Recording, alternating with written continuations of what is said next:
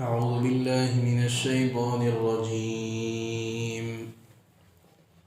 بسم الله الرحمن الرحيم. ولكل وجهة هو موليها فاستبقوا الخيرات أينما تكونوا يأت بكم الله جميعا إن الله على كل شيء قدير. اور ہر امت کا ایک قبلہ ہے جس کی طرف وہ رخ کر کے اپنی عبادتوں کو انجام دیتے ہیں.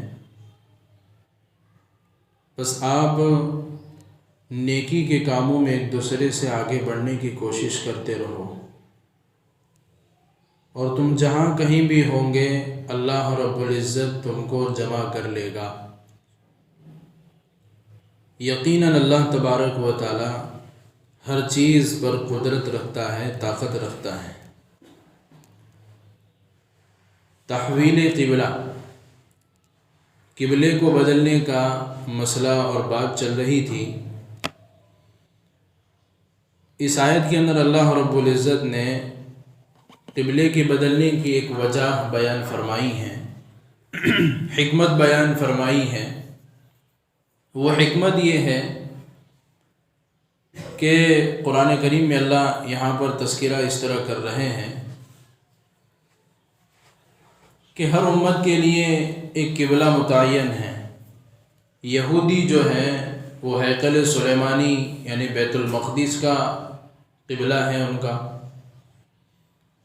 اسی طرح نصارہ جو ہیں وہ مشرق کی طرف رخ کر کے اپنی عبادتوں کو انجام دیتے ہیں جہاں سے سورج نکلتا ہے.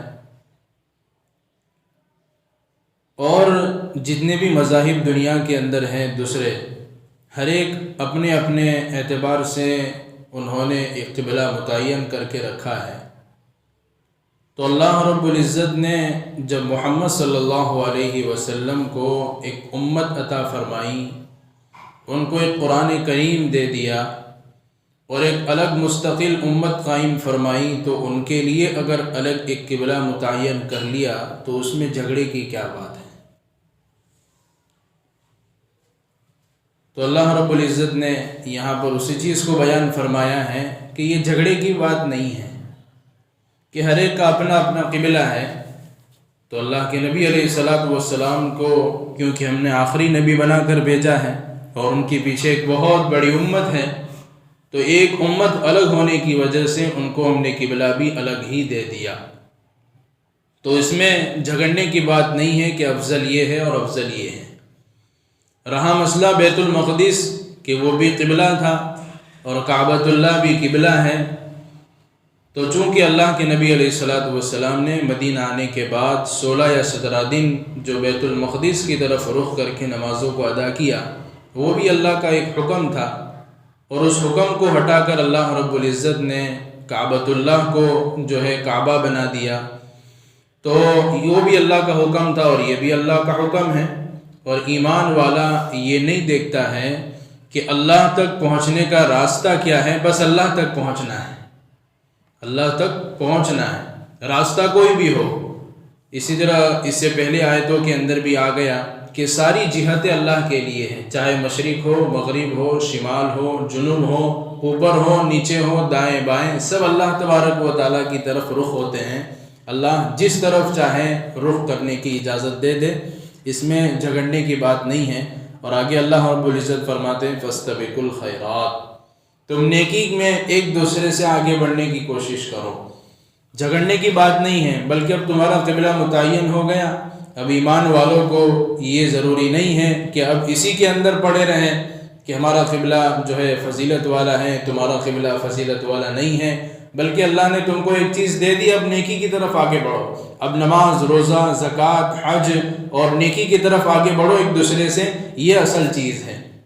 اور خیرات، خیر جو ہے بھلائی کو کہتے ہیں کہ ہر وہ بھلائی جو اللہ تک ہمیں پہنچا دے، اللہ تک ہمیں پہنچا دے، یہ نیکی کے اندر داخل ہے.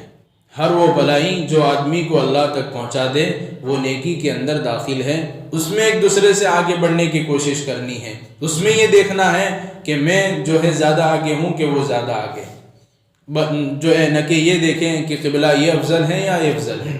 اینما تکونوا یأتی بکم اللہ جمیعا، اللہ فرماتے ہیں قرآن کریم کے اندر کہ یہ جو آپس میں جھگڑ رہے ہیں یہود اور نصارہ، یہ کہتے ہیں کہ ہمارا قبلہ افضل ہے، کہ محمد صلی اللہ علیہ وسلم نے اپنا قبلہ الگ بیان کر دیا۔ اللہ کہتے ہیں کل قیامت کے دن اللہ رب العزت سب کو جمع کریں گے اور وہاں پر فیصلہ ہو جائے گا۔ وہاں پر کیا ہو جائے گا؟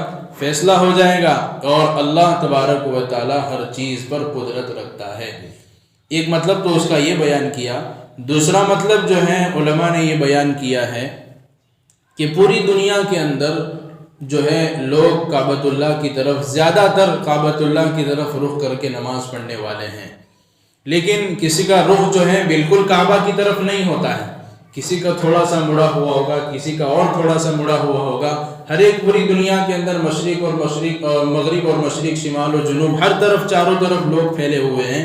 تو اللہ رب العزت نے یہاں پر جو ہے ایمان والوں کو تسلی دی ہے کہ آپ یہ فکر نہ کریں کہ میرا رخ کعبے کی طرف ہوا یا نہیں ہوا، کہ میں جو ہے مشرق کی طرف رہتا ہوں، میں شمال اور جنوب کی طرف رہتا ہوں، ہم ہر ایک کے قبلے کو جو ہے جمع کر لیں گے ایک جگہ کی طرف۔ یہ ہمارا کام ہے کہ ہم قبلہ اس کا متعین کر دیا ہے، تو ہم جو ہے دوسروں جتنے بھی لوگ پھیلے ہوئے ہیں پوری دنیا کے اندر، چاروں سمت کے اندر، ہم ان کے رخ کو قبلے کی طرف پھیر دیں گے، اور یہ اللہ کر سکتا ہے۔ یقیناً اللہ رب العزت ہر چیز پر قدرت رکھتا ہے۔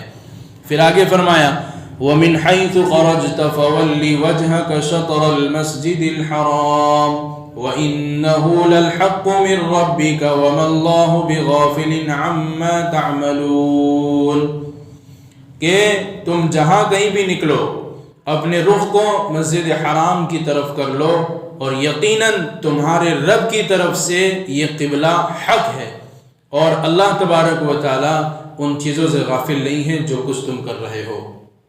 یہاں پر اللہ رب العزت نے اپنے نبی کو مخاطب کیا ہے کہ اس سے پہلے جو یہ والی آیت اس سے پہلے آ چکی ہیں، کہ وہ آیت جب اتری تھی اللہ کے نبی علیہ السلام مدینۃ المنورہ کے اندر مسجد میں ظہر کی نماز ادا کر رہے تھے، اس وقت اللہ کا حکم آیا تھا کہ اپنے رخ کو مسجد حرام کی طرف پھیر لو۔ تو وہ جو ہے مقام مدینہ منورہ تھا، اور آپ جو ہے سفر میں نہیں تھے بلکہ اپنے گھر پر، اپنے مکان پر حضر میں تھے۔ یہاں پر جو حکم دیا گیا وہ اس لیے حکم دیا تھا کہ وہ کوئی یہ نہ سمجھے کہ جب اپنے مکان پر رہو تو قبلے کی طرف جو ہے رخ کر کے نماز پڑھنی ہے، اور جب اپنے مکان سے اور اپنے شہر سے باہر نکل جاؤ تو جہاں کہیں بھی رخ کر لو نماز پڑھنی ہے۔ نہیں، اللہ کے نبی کو کہا کہ اگر تم سفر میں بھی ہو تو رخ جو ہے تمہارا مسجد حرام ہی کی طرف ہونا چاہیے۔ اور پھر آگے بیان فرمایا وَإِنَّهُ لَلْحَقُّ مِنْ رَبِّكَ، یہ تمہاری رب کی طرف سے یہ قبلہ حق ہے۔ اب جہاں کہیں بھی دنیا میں جس کونے کے اندر تم جاؤ، چاہے تمہارا شہر ہو، چاہے تمہارا شہر نہ ہو، چاہے تم ٹرین کے اندر سفر کرو، بس کے اندر سفر کرو، کسی بھی جگہ پر دنیا کی کسی بھی کونے میں ہو، تمہارا رخ مسجد حرام کی طرف ہونا چاہیے، چاہے اپنے گھر پہ ہو تب بھی یا اپنے گھر سے باہر ہو تب بھی۔ پھر آگے فرمایا وَمِنْ حَيْثُ خَرَجْتَ فَوَلِّ وَجْهَكَ شَطْرَ الْمَسْجِدِ الْحَرَامِ وَحَيْثُ مَا كُنْتُمْ فَوَلُّوا وُجُوهَكُمْ شَطْرَهُ لِئَلَّا يَكُونَ لِلنَّاسِ عَلَيْكُمْ حُجَّةٌ إِلَّا الَّذِينَ ظَلَمُوا مِنْهُمْ فَلَا تَخْشَوْهُمْ وَاخْشَوْنِي وَلِأُتِمَّ نِعْمَتِي عَلَيْكُمْ وَلَعَلَّكُمْ تَهْتَدُونَ۔ یہ آیت دوبارہ لائے کہ تم جہاں کہیں بھی نکلو سفر کے اندر اپنے رخ کو مسجد حرام کی طرف کر لو۔ پھر امت کو کہا گیا، لوگوں کو، ایمان والوں کو کہا گیا تم لوگ بھی جہاں کہیں بھی رہو اپنے رخ کو مسجد حرام کی طرف کر لو۔ یہاں پر جو ہے علماء نے اور مفسرین حضرات نے ایک نقطے کی بات یہاں پر لکھی ہے کہ اللہ رب العزت نے ان آیتوں کو بار بار اللہ تبارک و تعالیٰ کیوں ذکر کر رہے ہیں؟ تین مرتبہ ان آیتوں کا ذکر ہوا۔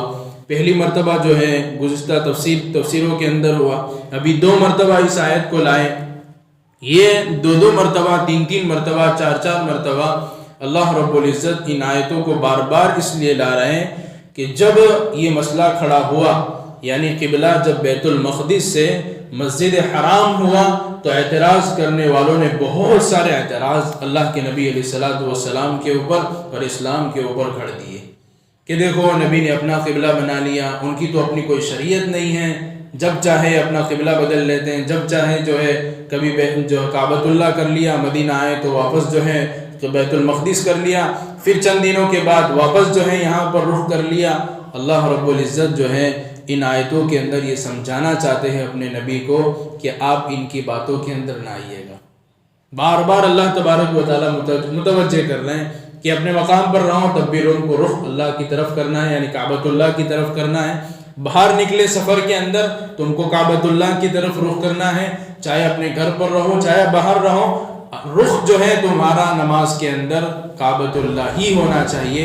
وَإِنَّهُ لَلْحَقُّ مِن رَّبِّكَ، تمہاری رب کی طرف سے یہ فیصلہ ہو چکا ہے، اب جو ہے قبلہ تمہارا بدلنے والا نہیں ہے۔ اور آگے فرمایا لِأَلَّا يَكُونَ لِلنَّاسِ عَلَيْكُمْ حُجَّةٌ، کہ تاکہ یہ لوگ تم پر حجت بازی نہ کریں، مگر وہ لوگ جنہوں نے ظلم کیا، ناانصافی کی، اور آپ ان سے مت ڈرو بلکہ مجھ سے ڈرو، میں نے تم پر میری نعمت کو پورا کر دیا تاکہ تم ہدایت پا جاؤ۔ اللہ رب العزت نے یہاں پر جو ہے ایک جواب بہترین طریقے سے یہ دیا ہے اپنے نبی کو کہ جب بیت المقدس سے کعبۃ اللہ جب قبلہ ہوا تو اللہ رب العزت نے یہاں پر حکمت بیان فرمائی کہ یہ قبلہ کیوں بدل دیا گیا۔ تورات کے اندر اور انجیل کے اندر پہلے سے یہ چیز لکھی ہوئی تھی، پہلے سے یہ چیز تورات کے اندر انجیل کے اندر لکھی ہوئی تھی۔ کیا لکھی ہوئی تھی کہ بنی اسماعیل یعنی ابراہیم علیہ السلام کے جو دو بیٹے تھے، ایک تھے یعقوب علیہ السلام، ایک تھے جو ہے یعقوب علیہ السلام جو جن کے ابا کا نام ہے حضرت اسحاق، اور دوسرے بیٹے تھے ابراہیم علیہ السلام کے حضرت اسماعیل۔ تو اسماعیل علیہ السلام کی نسل سے اللہ کے نبی علیہ السلام اخیر میں آئے۔ تو اللہ رب العزت یہاں پر جواب اس طرح دینا چاہتے ہیں کہ تورات کے اندر انجیل کے اندر یہ لکھا ہوا تھا کہ اخیر میں جو امت آئے گی اور ان کے جو نبی آئیں گے ان کا قبلہ کعبۃ اللہ رہے گا۔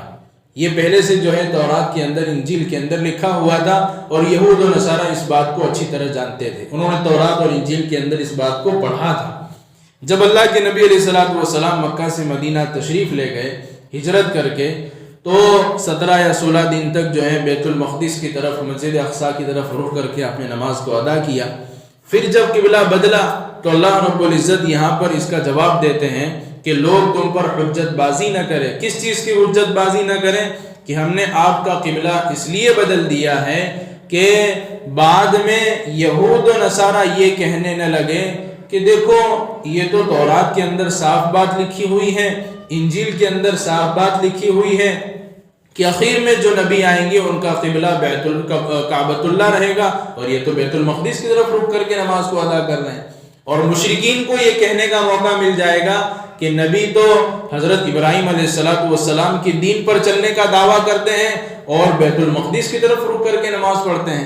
تو اللہ رب العزت نے بیچ کا راستہ اختیار کیا اور اللہ کے نبی کو حکم دے دیا کہ آپ کعبۃ اللہ کی طرف رخ کر کے نماز پڑھ لیں، تاکہ یہود و نصارہ کو بھی اعتراض کرنے کا موقع نہ ملے اور کافرین اور مشرکین کو بھی اعتراض کرنے کا موقع نہ ملے۔ اسی لیے اللہ رب العزت نے کعبۃ اللہ کو جو ہے قبلہ بنا دیا۔ مگر پھر بھی قبلہ بنانے کے بعد بھی کچھ لوگ جو ہوتے ہیں نا، دین کو جانتے ہیں لیکن حسد ہوتا ہے۔ کیا ہوتا ہے؟ حسد، جلن ہوتی ہے کہ پہلے ہمارے قبلے کی طرف رخ کر کے نماز پڑھتے تھے، اس کا مطلب یہ ہے کہ آہستہ آہستہ اللہ کے نبی علیہ السلام جو ہے یہودی مذہب کو قبول کر رہے ہیں، کعبۃ اللہ کی طرف آ گئے تو اب تورات پر ایمان بھی نہیں آئیں گے، تو آہستہ آہستہ جو ہے ہماری طرف آئیں گے۔ لیکن جیسے قبلہ بدلا تو ان لوگوں کے جو ہے دلوں کے اندر جو بات تھی وہ منہ کے اوپر آ گئی۔ الا الذین ظلموا منہم، تو اللہ فرماتے ہیں کہ کچھ لوگ ہوں گے اس کے اندر سے جو ناانصافی کریں گے، آپ ان سے مت ڈریے بلکہ مجھ سے ڈریے۔ آپ ان سے مت ڈریں۔ دیکھو حق بات جو ہوتی ہے وہ دنیا کے اندر پھیل کر رہتی ہے، لیکن کچھ ناانصافی کرنے والے، کچھ ظالم لوگ یہ چاہتے نہیں ہیں کہ حق بات دنیا کے اندر پھیلے، لیکن پھیل کر رہتی ہے۔ اللہ رب العزت فرماتے کہ ان سے ڈرنے کی کوئی ضرورت نہیں ہے، آپ مجھ سے ڈریے، تم پر جو ہے میری نعمت کو میں نے تام کر دیا ہے، پورا کر دیا ہے، یعنی کعبہ کی نعمت اللہ رب العزت کی طرف سے ایمان والوں کو ملی ہے۔ وَلَعَلَّكُمْ تَهْتَدُونَ، تاکہ تم ہدایت پا جاؤ۔ کما ارسلنا فیکم رسولا منکم یتلو علیکم آیاتنا ویزکیکم ویعلمکم الکتاب والحکمت ویعلمکم ما لم تکونوا تعلمون۔ اب یہاں پر اللہ رب العزت اس آیت کے اندر، آیت نمبر 151 کے اندر اخیر میں اللہ رب العزت جو ہے اب یہ جو کعبہ کا مسئلہ تھا، قبلے کے بدلنے کا مسئلہ، اللہ رب العزت نے یہاں پر اس کو ختم کیا۔ اب قبلے کا مسئلہ اللہ رب العزت نے ایسی جگہ پر ختم کیا جہاں سے بات شروع ہوئی تھی کہ جیسا کہ ہم نے تم ہی میں سے ایک رسول بھیجا جو تم پر ہماری آیتوں کو تلاوت کرتے تھے اور تمہارے دلوں کو پاک کرتے تھے اور تم کو کتاب اور سنت کی تعلیم دیتے تھے اور تم کو وہ باتیں سکھاتے تھے جو تم نہیں جانتے ہو۔ اللہ کے رسول صلی اللہ علیہ وسلم نے ہم پر آ کر بہت بڑا احسان کا، فضل کا معاملہ فرمایا۔ اللہ رب العزت نے اس امت کو دو بڑی نعمتیں عطا فرمائی، ایک کعبہ کی شکل میں، ایک اللہ کے نبی صلی اللہ علیہ وسلم کی شکل میں۔ یہ دو نعمتیں اللہ رب العزت کی طرف سے اس امت کو عطا فرمائی گئی، اس سے پہلے کسی امت کو اللہ نے یہ نعمت نہیں دی ہے۔ اور جتنا اس کعبے کی طرف رخ کر کے نماز پڑھنے والے، جتنے مسلمان اور جتنے اللہ کو ماننے والے اس کعبے کی طرف رخ کر کے نماز پڑھنے والے، عبادت کرنے والے، اس سے پہلے امت جو ہے کوئی ایسی نہیں گزری ہے جو اس کعبے کی طرف، جتنے لوگ ہیں اس سے پہلے جو ہے اتنے لوگ نہیں تھے جتنے آج مسلمان اور ایمان والے کعبے کی طرف رخ کر کے نماز کو ادا کرتے ہیں۔ آخر میں اللہ نے فرمایا سورہ 152 کی آیت کے اندر، فَاذْكُرُونِي أَذْكُرْكُمْ وَاشْكُرُوا لِي وَلَا تَكْفُرُونَ، کہ جب نعمت مل جائے تو پھر اس کو اللہ کو یاد کرنا۔ اللہ فرماتے ہیں کہ تم مجھے یاد کرو، میں تمہیں یاد کروں گا۔ اور ہمارا تھوڑا سا معاملہ یہ انسانوں کا معاملہ ایسا ہوتا ہے کہ جب آدمی کو اللہ رب العزت کی طرف سے نعمتوں کی بارش ہوتی ہے تو وہ اللہ کو بھول جاتا ہے، اللہ کو بھول جاتا ہے۔ اللہ نے قرآن کریم میں انسان کی اس کمزوری کو بیان کیا ہے کہ جب ہم انسانوں کو نعمت دیتے ہیں تو وہ ہم کو بھول جاتے ہیں، اور جب کوئی ان پر تکلیف آتی ہے تو واپس ہماری طرف لوٹ کر آتے ہیں، اور جب واپس نعمت ملتی ہے، اچھائیاں ملتی ہیں، خوشیاں ملتی ہیں تو ہم کو ایسے بھول جاتے ہیں جیسے کہ پہچانتے ہی نہیں۔ ہم جو ہے تکلیف کے اندر ہوں تب بھی اللہ کو یاد کریں، ہم خوشی کے اندر ہوں تب بھی اللہ کو یاد کریں، غمی کے اندر ہوں تب بھی اللہ کو یاد کریں۔ اور اللہ کی یاد کا مطلب کیا ہے؟ ایک زبان سے ذکر ہے، ایک زبان سے اللہ کو یاد کرنا، ایک دل سے اللہ کو یاد کرنا، دونوں کے اندر فرق ہے۔